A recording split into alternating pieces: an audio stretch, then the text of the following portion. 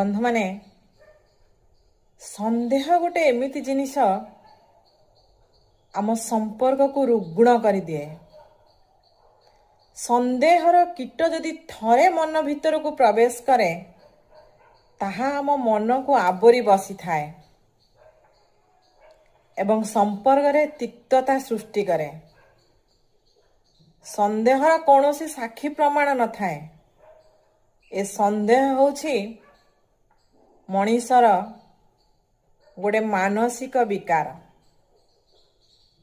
प्रत्येक संपर्क स्वामी स्त्री संपर्क हेउ, भाई भौणीर संपर्क हेउ, भाई भाईर संपर्क हेउ, जेउठी थरे संदेहर कीट बसा बांधिला से संपर्क को संपूर्ण भाव में रुग्ण करदेव। मनीषर जीवन को नष्ट करदेव। मनीषर बंचिबा दुर्विसह होई पड़िबो।